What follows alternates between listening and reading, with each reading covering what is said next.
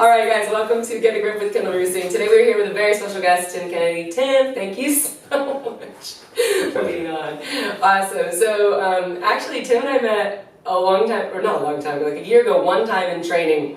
And I asked your name. I was like, oh, yeah, I'm Kendall, nice to meet you. And you're like, yeah, I'm Tim. And then later on, Shanji was like, you don't know who that is? I need to know who that is. And I was like, oh, God, now I feel bad about this. And then he's like, yeah, but Tim won't care. And I was like, okay. No. But now my sister's around you some, which is cool. It is. And she's so sweet. Like, what a sweetheart. Man, I was on the phone with her last night. I was like, oh, I'm gonna film with Tim tomorrow. She's like, he made fun of my push-ups the other day. Real push-ups. I mean, she can call them whatever you want, but sides push-ups. Yeah. But it's good. So just in case you guys are living in a rock, I'm going to go through these briefly and I'm going to be corrected if I need to be. But Tim is a UFC and Strikeforce legend, New York Times best-selling author, TV host, Green Beret, sniper, BJJ Black Belt, academy owner at the Great Steve Midas Cedar Park here, Sheepdog Response founder, which I'm going to ask you about in a little bit, father and husband, so important. And then you just were telling me about your program that you have for young men. What is it called? Apogee Strong. Strong. We have a physical school here called Apogee Cedar Park. It's a Socratic school, proper children from preschool all the way up to middle school. Wow. And then we have an online program, which is a international program that is just trying to put man back in men. Yes. So it's a young men mentorship. We're in a generation that they don't know how to change a car tire or change their oil or how to tie a bowline knot. And not like you need to know how to tie a bowline knot, but like those were rites of passage for me and my generation, and I want men again, to act like men and be able to be kind protectors and providers and treat women properly, and that's something that I really believe in, and so put a lot of time to do it. Man, I'm so happy to hear that. We were saying before, that's one of Sula and I's most desired things as well, to see more, like not just from partners, but just from like men that we're training with, brothers, family members. It's, the world feels like a much safer, better place, and that's the case for sure. Yeah. So jumping into the podcast called Get a Grip, and basically the idea is... I'm sorry? It's a great name. Thank you. Actually, it was a fan suggestion, and it was so genius. I was like, man, I gotta go with that. So obviously, a little play on words there. Get a grip. We have a lot of jiu-jitsu combat athletes on the podcast, but more than that, we're taking a look behind the scenes at like, man, what goes on behind the scenes of Instagram, really, that makes you feel like you have a grip on your life, whether that's being grounded, happy, successful. So for you, Tim, what does it mean to you to have a grip on your life? Yeah, it's intentionality. The Extreme Ownership by Jocko Willink, if you've read it, great book. But this idea that emotions and inspiration are winging. They come and go. They're like ebbs and flows. You might listen to a great song or a great quote, but then that feeling's gone. For my life to be consistently productive, and for me to be an effective contributing member of society, for me to be a good citizen and a good husband and a faithful husband and a good father, a present father, not just a father, not just one that's physically there, but one that's actually present. There has to be intentionality, and with that comes discipline. So if you pick up my phone, you're going to see a very clear calendar with broken out timelines where I'm supposed to be hitting these things. Workouts are planned in there. Moving Elf on the Shelf tonight at 9:30 after he goes to bed at 8 o'clock. That's on my calendar, so I don't forget. And come out with some stupid lie that's, he must have fallen asleep last night. No, just be a good parent and be disciplined about it. Like, you want to be a good jiu-jitsu practitioner, you're not going to get good unless you're disciplined about it. So I take that and I try to do it in all the things that actually matter to me. Man, so it's like rigorous honesty with yourself and make sure your actions are aligning with what you say you want. Yeah, and then you have to put checks and balances in place. So I have great friends and great accountability partners and great training partners, and I have an amazing wife, and all of those things consistently contribute to me ensuring that I'm accountable. I know on Tuesdays I'm going to be almost across the street here at Shanji's gym, doing a wrestling practice with Shanji and Victor and Steve, and I know that happens. Then I know on Wednesdays I'm going to be at New Wave with Danaher and Giancarlo and Gordon, and if I'm not there, they're going to be like, where are you at? Exactly. I'm boxing on Mondays or Fridays, and I'm doing cardio today got kind of jacked, so I have to actually do my training tonight after all the kids go to sleep, and before I do moving Elf on the Shelf. Like that's all planned because there's intentionality there, and then I also put backstops to ensure that the things that I say I'm going to do, I'm actually going to do because I want to be on my word. Yeah, man, absolutely. So I'm going to detour a little bit because normally I jump in and ask for a 10-minute version of your life story, and I want to know about your life story. But when you said that, it made such a big hit as far as being a man of your word. When you're thinking about creating these programs, this school that you have, and you're thinking about the importance of strong men in our societies that are kind, like all these things that you listed out, why is it not there, but what do we need to do to ensure that that is happening more often in more homes? Freaking Instagram. You see all these leadership quotes, and people are like, I want to be a good leader of the household, I want to be a good leader of my gym, I want to be a good entrepreneur. Yeah, I'm going to be like, alpha, man. This alpha. Yeah. Like, well, you're not going to be that unless you're a good teammate. You're not going to be a good teammate unless you're a good individual. You're not going to be a good individual unless you have character. Right. Like, you're going to have a soul and care about things that matter. So how do you build character? And that is an arduous process. That is not something that just happens. There's not an easy button. There's not a pill. You're not gonna not be fat because you take a pill. You're not gonna be a tough person with grit because you listen to some podcast and you want to be. Yeah, and you want to. I want to be tough. The only way to do that is through this forging fire, this process of doing hard things. And nobody's gonna do hard things unless there's discipline and intentionality. You're not going to summit Mount Everest because you want to. Yeah. You will die there. You'll be one of the thousands of bodies that just get left up there because they can't bring them back down. And summiting Everest is cool. Apogee actually means that crescendo, that moment of accomplishment. To summit a mountain is to apogee a mountain. Wow. And so we want those moments, but you're never going to have it. You're never going to be on the podium getting your hand raised with that gold medal going around your neck without the intentionality and the discipline, putting in the hard work, the wrestling practice, the judo practice, the no-gi practice, the gi practice, the classes, going and hitting open mats, those have to be there. Yeah. And can I actually create a program for somebody to do that? 100%, they've done it. Yeah. The Ogis and the Spartans, they did it. Right, the Samurai did it. These are not make a formula that people can follow. Right. I'm not coming up with this. These are thousands of years old. I'm stupid. Look at my hairy hands and these chunky ears, right? So let's go back to Socrates and the Socratic method. We're empowering down to the lowest individual and we're asking questions. There's actually not a teacher. There's just a guide. There's somebody that's holding the hand of somebody that wants to learn, that wants to put in the work. And that method is that's old. Yeah. That's real old. So I don't have to redesign anything. I just have to I don't like to use the word force, I have to force feed people to do it. Yeah. And then create mechanisms, those checks and balances and accountability in these small groups where then they actually go and do those things. Yes. I love, okay. So switching gears a little bit, we're talking a lot about men. So I heard you had your daughter kidnapped. I did, yeah. So tell me a little bit. I also have 3 daughters. I have 3 daughters. Yeah, I would have had 10 daughters if my wife and I didn't get real weird to get that boy. The gender is exclusively created by the male partner? I did not know. Yeah, so 100% the gender comes from the man. Okay. And so there's lots of books on it, so you get weird about making them. But then, if you go and they can actually gender select now. So you were super intentional on getting that boy. So you had your 3 girls. How old are they? I have 2 in college. Okay. I have a 3-year-old and the boy's 7. 3? Oh wow, you got a baby. The 3-year-old is an accident. So kidnapped. So you're obviously putting so much effort and attention and making your life's work to create strong men, which is beautiful. When you think about the way that your girls are being raised and the experiences you had, we want, as women walking around the world, we want strong men around us to create this amazing synergy and this safe environment that feels really good. But obviously that's not the case for everybody walking around the street. So when you're thinking about the way you're raising your girls and that kidnapping experience, walk me through that a little bit. Yeah. Frightening statistics, 1/3 of women are physically assaulted and 1/4 of women are sexually assaulted.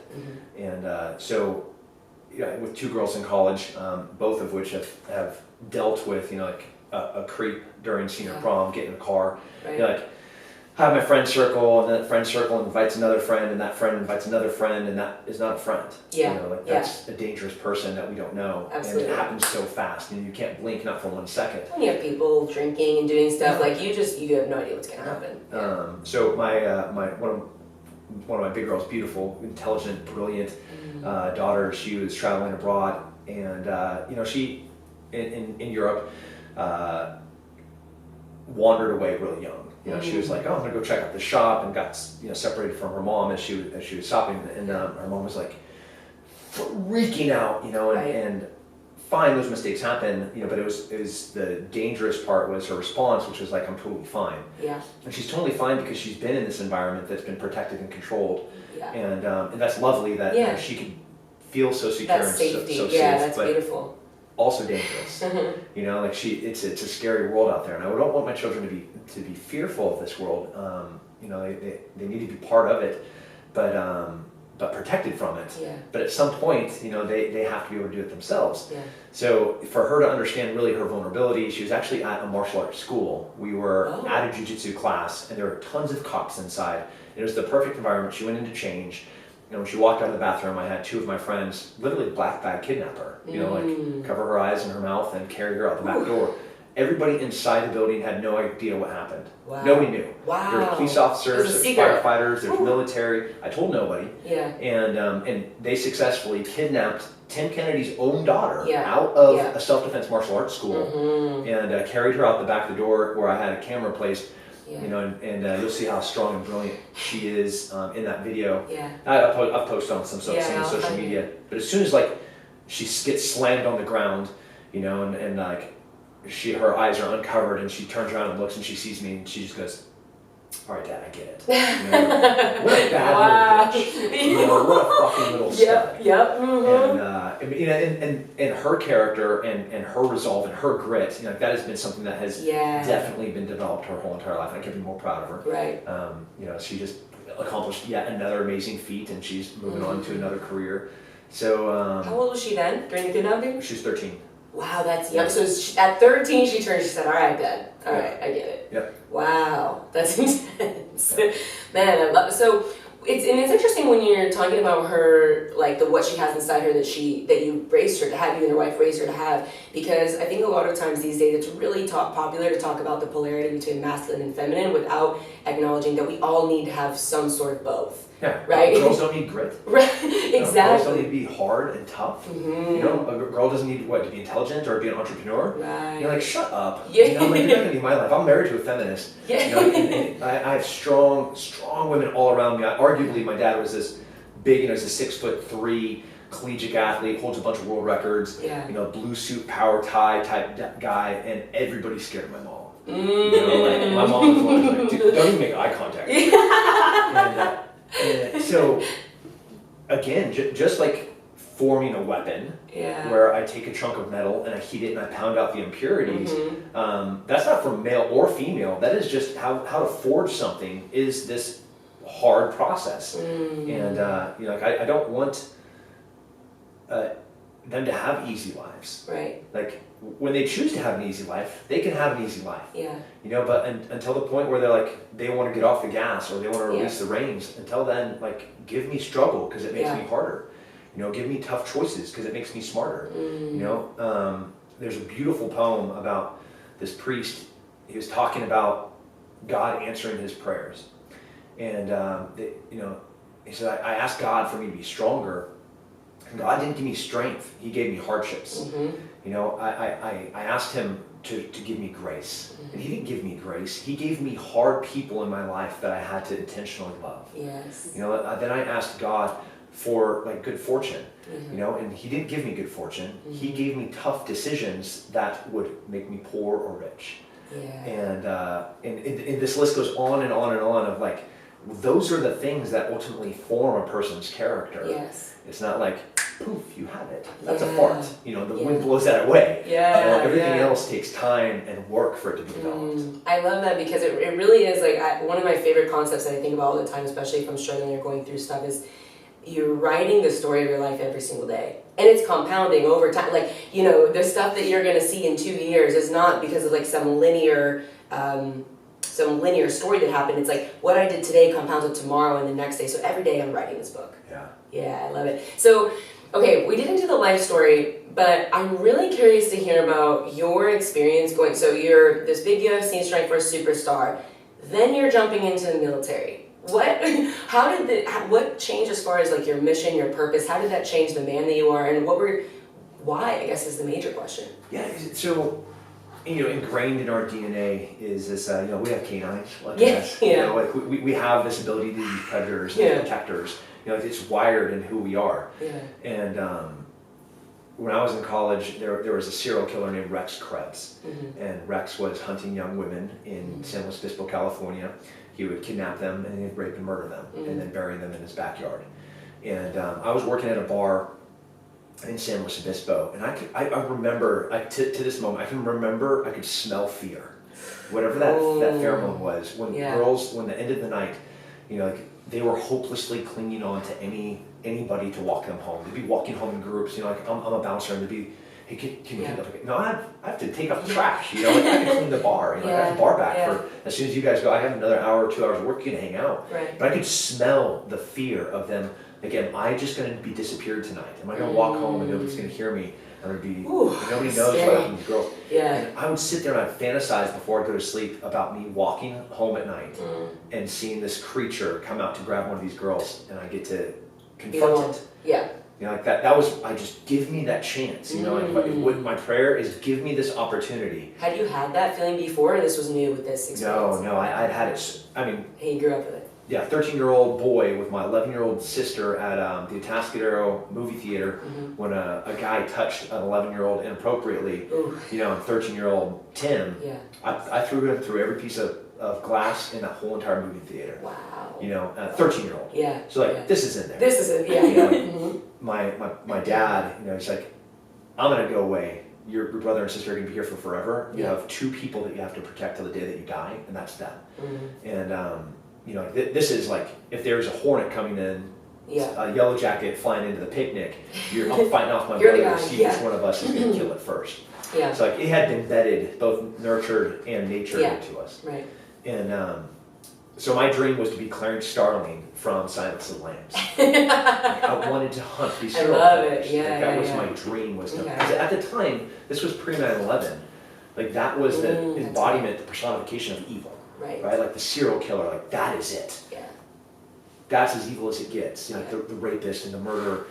And then I watched planes slam into buildings, and Americans look out of a window deciding if they're going to burn alive or they're going to jump to their death. Right. And I was like, I don't know what this is, but this is new. This is evil. Yeah. And this is evil. Yeah. And evil in a scale of thousands. I'm going to find these people and put them in the ground. And at the time, I was a professional fighter, and there's an amazing photo called The Falling Man, and it was a man that he looked so peaceful as he's falling to his death, as he jumped out of the tower, and he's just like in this, almost looks like a ballet pose, as he's just plummeting, at 120 miles an hour towards the ground when he reached that terminal velocity, and I watched that man fall alive, and I was like, I don't know who did this, but I'm gonna find whoever it is and the idea that caused it, and we're going to stop it. So I went to the recruiter's office on 9/11. I was already ranked top 10 in the world as a fighter, and I enlisted. When I got to the recruiter's office, there was 1,000 people ahead of me. Wow. On 9/11. Wow. Yeah. You were like, what, 3? Yeah, I was born in 97. Yeah, so I was 3 or 4. Yeah. That's why I have a lot of friends who that's exactly when they joined as well. Yeah. It's a big story. So a wave of protectors. Yes. A wave of men and women that were like, dude, I'm finding these people. Yeah, absolutely. So you start your military career, and then it wasn't just a few years, and then you jumped out. Well, how did your mission, your purpose change around it? Was it that just continuing to be the driving force? Yeah, the direction, the azimuth, which is like a compass direction, was shifting just a few different degrees as I was finding and polishing what my purpose is and how to be the most effective person to do it. Right. As I've founded companies whose mission statements are preserve, protect, and provide human life. Yeah. And as I've opened schools and young men mentorship program, I'm still in that same vein.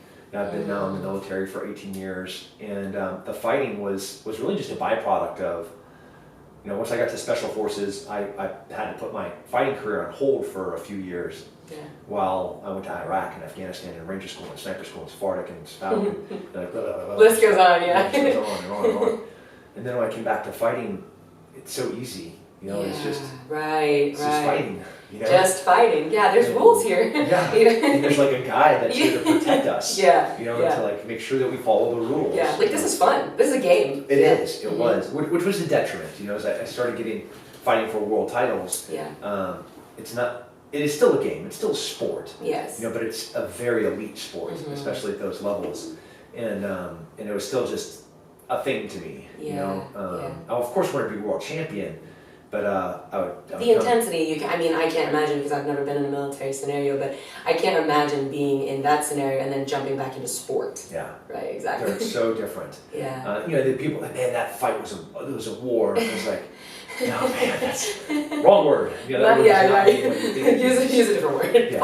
I mean, like it's two guys putting everything out there. It's two girls just throwing every ounce of their beings into this win. And it's a total battle. It is a total war. Yeah, right. You know, but the war is the worst thing that humans can do to each other in the history of humankind, of our species. Like we've perfected the ability to kill each other. Yeah. And that happens at war. Yeah. So we'll bring some of that knowledge into Sheepdog. So Sheepdog, I've had so many people like, you need to How go. have you not gone? I know. You literally just email me and you go. I'm gonna go. I'm gonna look at your guys' schedule and go.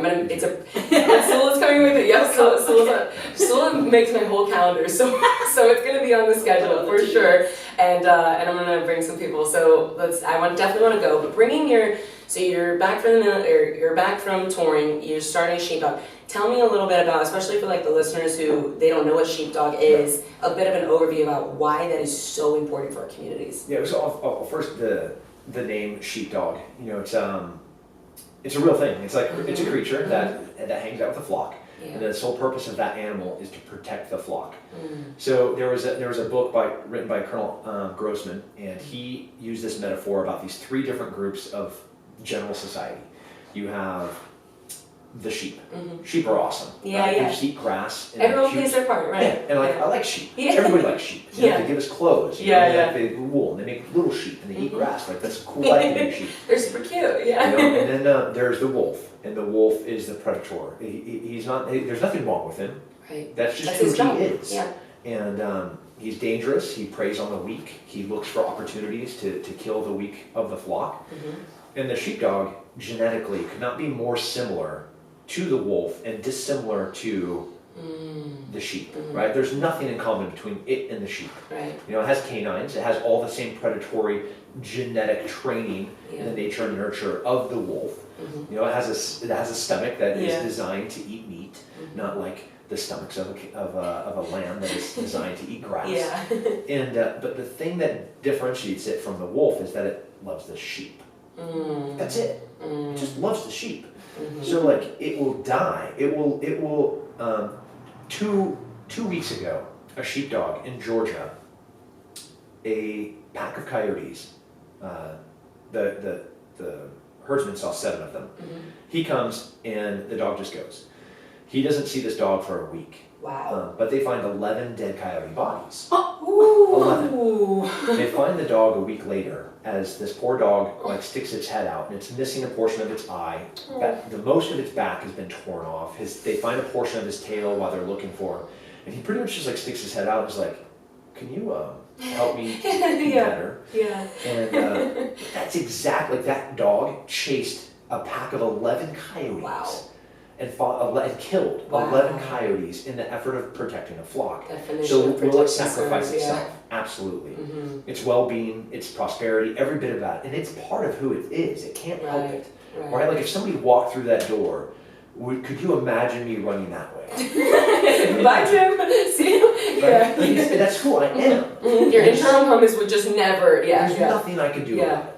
And, you know, if 10 people walked through that door with black masks and pipes, and they're like, hey girls, you're going to have a rough week. You know, like, they're going to have to step over my dead body and 7 of their friends to get to you two. Because but that's who we are. Right, you're wired. You know, and I know both of you would be fucking getting after it. You know? And God bless you for that. Yeah. So, Sheepdog Response is how do I tune that? You know, like, how do I give women and men the resources to be able to protect and to provide and to preserve human life. After 20 years at war, the longest war in American history, the war generation, the warfighter generation, we are coming back from, like if you walk through my office, the first office is Matt Smith. Matt Smith worked for the most elite special missions units in the military, at Delta Force, and then 20 years as a Special Forces Green Beret. And then you have Yako Kalili, Black Belt, that was an infantryman that trained special operations combatives to special forces units. Yeah. And then you have an Air Force special operations guy, and then you have a Marine recon guy, and then you just go down the line, you're like Yes. all they have done their entire adult lives is this. So we boiled it down into kind of like 4 really basic skill sets that we spend the majority of our time in these classes working on. The first is situational awareness. And how am I aware of my environment, and knowing my own assets and my abilities, assets and liabilities, how can I be a protector?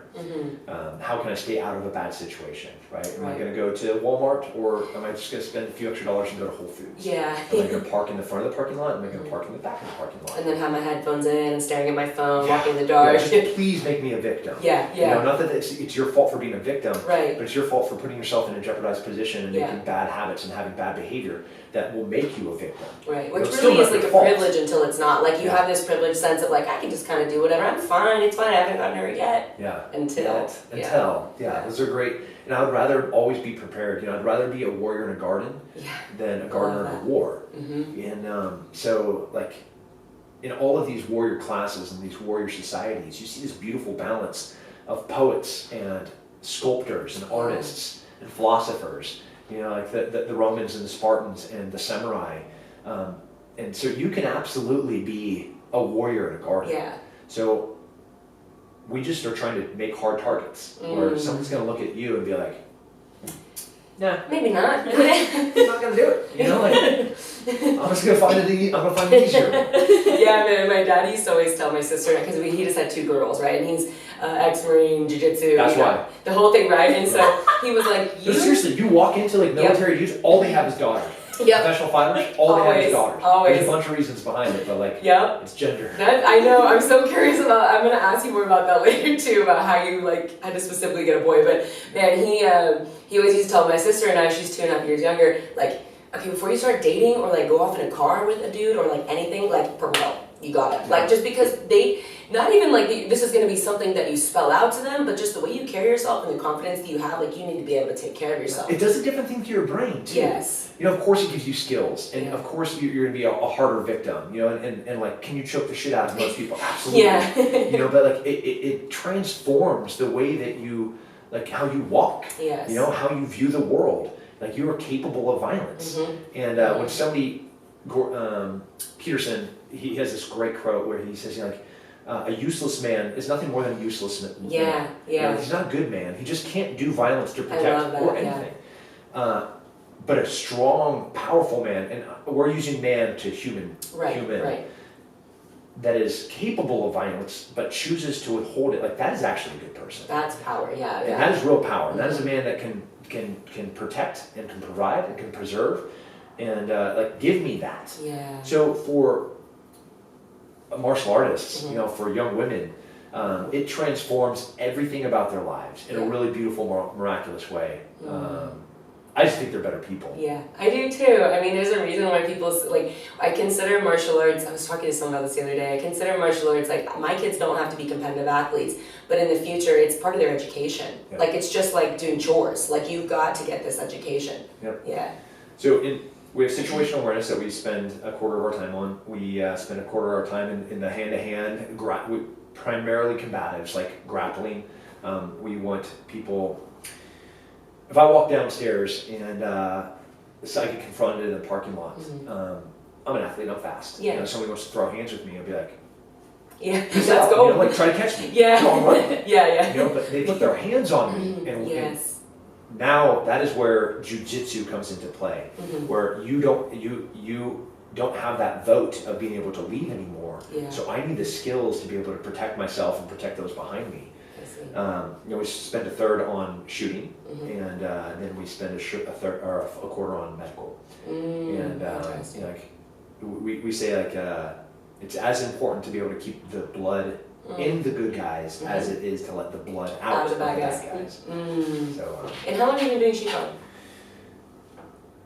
5 years. 5 years. Yeah, man, I've heard nothing but great things. I can't wait to go. You're gonna love it. It's gonna be so you're gonna be at home with the people that are there. Too. Yes, it creates a really beautiful community. I'm excited, man. So, for people who know a lot about your life, or they've watched your career develop. Really, the word like career and life are sometimes so interchangeable for people that have big lives and they're so entrepreneurial in spirit. So, when you think about some of the darker things that led to the most light, you've lived such an intense lifestyle for a long time now. What comes to mind where you're like, man, at the time, this was really fucked up, but I wouldn't change anything because this is what it brought me? Oh yeah, I wouldn't change anything. Yeah. You know, from being at the Mid-State Fair in California and hearing somebody use the N-word for the first time and me just beat his teeth in. How old were you? 12. No, yeah, it was the first time. Okay, Yeah. interesting.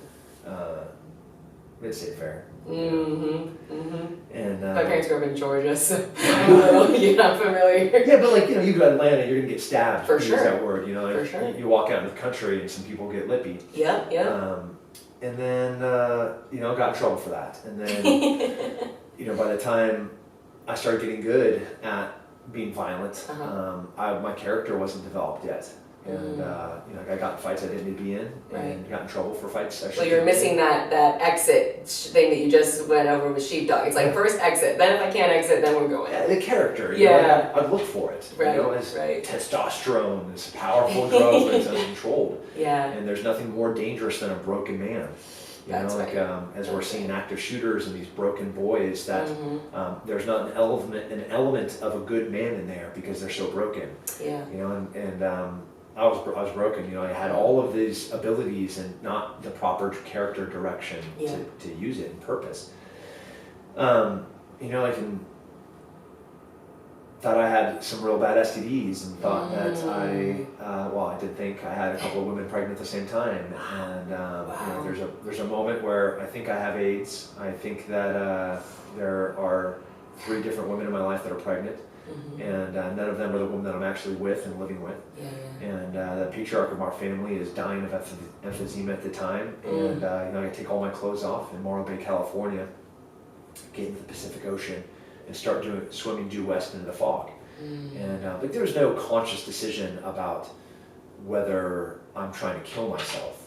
You know, like I just needed a baptism. I needed this rebirth of hope. And the Pacific Ocean is very cold.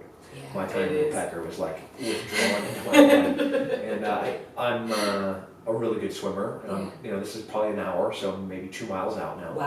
Wow, and, that's far. In the fog. In the ocean. This is not swimming in a pool. No, this is Morro Bay. And I have no idea which way the rock is. I don't know which way the beach is. I don't know. I can't hear the waves. The fog does really weird things to your brain. You hear splashing and like, was that a rock? Was that a shark? Was that you know, I'm freezing to death. And you can't just swim back and get out. You're like, you're stuck with yourself. Yeah, I have no idea which way to swim. Yeah. Am I going to swim further out? Am I swimming along the shore? You know, like, there's a really good chance that directionally, 75% of my decisions are going to be the wrong direction. Right. And then a little boat cruises up next to me, a Coast Guard boat. No way. And an old woman, this is pre-cell phone. Okay. Like I dropped a pager on the ground with my wallet keys. And this old woman had watched me walk into the water. She's like, I don't know what's going on. I would do anything to find her. And I'm calling her an old woman because that's where Morro Bay is. I have no idea who this person was. But this guardian angel gets a call into the Coast Guard, and they push a boat out. Again, another miracle. There's no real way, if you're canvassing this area around Morro Rock, that you would find me. Yeah, I was gonna say, how did they even find It's you? impossible. Right. And he just cruises up, this captain's legs hanging over the front of the boat. And hey, what are you doing? Swimming. Even now, you're a little shit. You know? And I was like, well, it's cold. He looks down. He's like, I see that. You know, sticks in a lot of that. And see what's going on. So I give him a brief overview of your life right now. And you're how old? Like late teens? I'm 19, 20. Okay. I'm 20. Yeah. And he's like, man, I was gonna offer to get you out, but maybe you stay in the drink, you know, like. Wow. And I'm like, yeah, Wow's right. Wow. And he's like, well, I'm gonna show you more consideration than you showed yourself, but I'm only gonna offer it one time. Like, you're gonna get out, or you're not. And he wasn't just talking about the water. That's right. Right. What a badass, right? Yeah, what a badass man. What a man. But back to doing. There's no inspiration here. He throws this rope hemp ladder off the side of the boat. Nobody helps me. He makes me climb with my frozen hands and my tiny little pecker, my frozen fingers up the side of this boat. You know, and like I remember it's just like my fingers, I couldn't even move them. There was no like real usefulness of my hands. So I'm like hooking like this, trying to climb up this rope ladder, and it's being moved in the wake. And then he throws this navy wool blanket over my shoulders, and it felt like a million needles of iron needles of fire being stabbed into my back, and it was the best feeling I ever felt because I'm alive. So I was gonna say alive, yeah, that word. And we didn't talk. We just sat there, you know, and he was just present with me. And that was the beginning of me having an intentional choice of doing the right thing. I still made lots of mistakes. You know, a cocky dude when I first got to the Special Forces team, you know, like on the hot shot when I first became a sniper. You know, first combat tour, I thought I knew everything. You know, second combat tour where myself and everyone with me almost died. You know, every single one of those is mistakes. But I now had a course and a purpose and a direction. And now I had the motivation to become a good citizen. Well, it goes back to what you said earlier about, like, you use the same word, intentional. You said earlier, getting a grip on your life, this intentionality that you had. And in that moment was like my shift or your shift into, I'm going to live intentionally now. Yeah.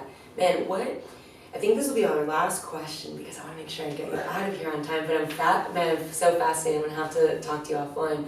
So this is such a big shift in your life in a lot of different areas, but especially you mentioned these relationships that you're having.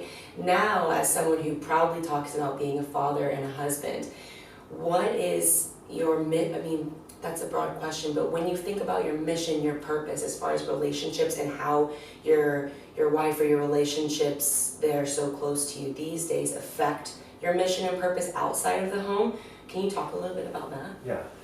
So, you know, you want wealth, you have to have good health. Like, you want good health, you have to have a good soul. You know, you want a good soul, you have to do hard things and have hard work. And that's no different whether you're an entrepreneur and a business owner, whether you're an athlete, whether you're a husband, whether you're a father. You know, if I put intentionality and good habits into place where, you know, my wife this morning was there a little sticky note with a cute little note as I flew back from DC when she woke up, you know, 100%.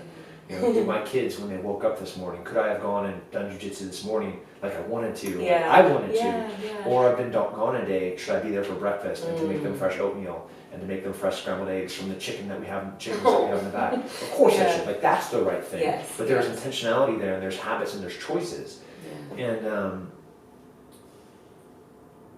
so this kind of like focused, intentional, disciplined, regimented, it sounds like it, like, my God, is that a fun way to live? It is the most fulfilling way to live. You know, in this beautiful bell curve and the spectrum of like the experiences that we could have in our life. Like, do you think my sex life is rad? Hell yeah, it is, right? There's intentionality there, right? Like, you have great relationships with my kids. Like, such as, especially with my big girls now that we're having adult conversations. You know, it's like, Dad, I'm gonna love triangle. You know, like I was talking to this dude, but unbeknownst to me, this dude is friends with this dude, you know, and like. But they can have those conversations with you, man. That's life changing for young women. It so is. And so the same habits that will make you fight for world titles, for the same habits that will make you become a Green Beret and a Special Forces sniper, the same habits where you have, you know, big, huge, successful businesses. It's the same habits that are learned through this regimented process of becoming a good human. You know, like Roosevelt's letter of his definition of a citizen. I want to be that. So how do you become a good father? How do you become a good husband? How do you the same way that you can become a good athlete and a good leader is with discipline and intentionality. And the feeling of being a good dad is going to come and go. You know, this morning I was sitting in the bathroom going through a turd. trying to find something I saw that I saw a picture this morning too. I was like, what the hell is in that? it was important, and it was important enough for me to sit down on the ground and go through a turd to find, Yep. you know, like a little 7-year-old poop. Yeah. Like, Fun comes and goes. Fun. yeah, do you think that inspiration is going to put me on the bathroom floor going through shit? Right. No. Right. It is not. Never. That moment of being, I'm going to be a good dad today, like that was gone the moment I smelled that thing. Right. No, I'm out. I'll just go flush it. No. Man, you can, like, I love that because you can wake up all you want and write down, like, I am a good dad, I am this, I am that, and it's like, but the second you put that paper down, you go out into the real world, you're out in the real world. Yeah. Yeah, I mean, I'm going to be a good leader, you know, like I'm going to walk in this business, I'm going to this great meeting, I'm going to be the great, but then an employee comes to you with a problem, and you're like, bottom line. Oh, it's that fast, huh? It was that fast. You had $1 over the person. It was such an easy decision. Right. Like, what have you done up to that moment for you to make sure that you're going to be a good leader and provide the opportunities that person needs to be successful? Because a better person and a better employee is going to give you a better bottom line, but you're looking for the quick, easy answer. Yeah. Again, as always, like the quick, easy way to lose weight, the quick, easy way, there is no such thing. There's no pill for any of these things. It's the compounding interest over time that you're building by the decisions that you're making. Yeah. Like, how long have you been doing martial arts? Since I was 5, so 20 years. Okay, 20 years. So I have this technique that cannot be beaten. Oh. Yeah. All right, okay. It will get you a gold medal every time. It takes just a few minutes for me to teach it to you. Like, does that exist? Right. Of No, course not. never. It's silly. I'm sitting here like, what the hell is he supposed to say? It's impossible because you know it doesn't exist. Yeah, exactly. And you know it not just in here, but in here, through this process of being a martial artist for 20 odd years, that's like, shut up, stupid. Yeah. Come So on. then why do you think that you're able to, like, then people, it's like, why do you think that you could do that in business? Why do you think you could do that with your wife? Why do you think you could do that with your kids? You can't. That's idiotic. You know, yeah, it really is. The old definition of insanity. Yes, doing the same thing over and over and expecting a different result. Exactly. Do it. And when people ask, like, when the difference between, so constantly having these discipline habits to keep moving forward and keep growing, in comparison to being present, being satisfied, being happy, being grateful, what's the balance there? What's the line? Well, they complement each other. These aren't mutually exclusive things. Right. You know, like by being intentional, it creates more time, more space, more white space, but I have to have intentionality for me to effectively use it. I'm just gonna pick up my phone and start scrolling, right? Right. Heaven forbid, or because I'm not a good person with no character, but I have extra time. You know, it's like, hey, what are you doing after this podcast?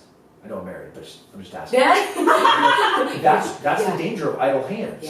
So instead I can be intentional and I have extra space and I have extra time where I can like do even radder things with the people that I care about because there's intentionality and presence there. So like, no, they complement each other because it creates more of these opportunities for me to be present and for me to be truly invested in them and me. You know, like, of course. I had to fight today on my calendar to find the time for me to be able to get my workout in. Right. You know, and but the fight is there. Like, just because there was a fight doesn't mean you're pulling back from it. That's right. Yeah. I love that. Man, Tim, thank you so much. I feel like this is not only beneficial to all the listeners, but for me as well. It's just so inspiring. And I always hesitate to use the word inspiring because it's like you just said, it's like you have the inspiration and then it's gone. But inspiring with people who are listening, who are going to take tangible, actionable steps to change their lives is huge. And I know you've been doing that for years, so I appreciate it. Like in relationships, it's the difference between like lust and love. Like they're both great things. Yeah. Like I love to. You want both. Yeah, I want that feeling of like where the butterflies. You know, I hold my wife's hand. You know, she like interlocks my fingers, and I get that feeling of like, oh man. Or she walks out just looking smoke, and I'm like, let's go. You know? But then like love is this choice, this disciplined choice of me wanting to be present and me wanting to you know make sure she feels valued and protected and provided for, you know, and creating that safe space for her to reach her own goals and not that I'm providing them, but creating this environment where that's conducive for her to become the full woman that she wants to be. Like it's the exact same. Like the feeling can be there. They're not mutually exclusive. They're complementary. Well, exactly, and building into that love is, in my experience, in my opinion, what fuels the lust, Yeah. right? And well, the longer lasting Yep. kind, right? Like you can't just have that one. Like if you want that to last long, you have to pour into the other. Yeah, beautiful. Man, thank you so much, Tim. Absolutely. So incredible to have you on today. Make sure, we're going to link everything in the show notes, but you guys can find Tim on his social media. It's Tim Kennedy MMA, or is it just Tim Kennedy? The both. Yeah, okay. Tim Kennedy on like most of them. The website's Tim Kennedy. Okay, perfect. So we're going to link everything, but make sure if you guys want to dive into this more, he has his book, he has his websites, Instagram, Sheepdog. You guys can attend a course. I'm definitely going to be there. I'm so excited. I can't wait. And what is it? It's not subscribe now. They changed. Oh, YouTube subscribe. Podcast is now follow. Leave a review. If you guys write anything in the review as far as what you liked, didn't like, I'm totally open to all feedback. Let me know what questions are good, what questions are not helpful, what you want to know more of.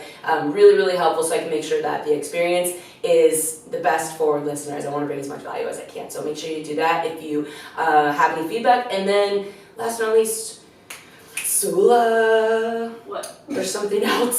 There's something else. Oh, share it. Share it with someone. Thank you. Share it with someone who needs to hear what Tim has to say, and there are a lot of people out there. So make sure you guys share it with that person. And tune in next time. We'll be back in a few weeks.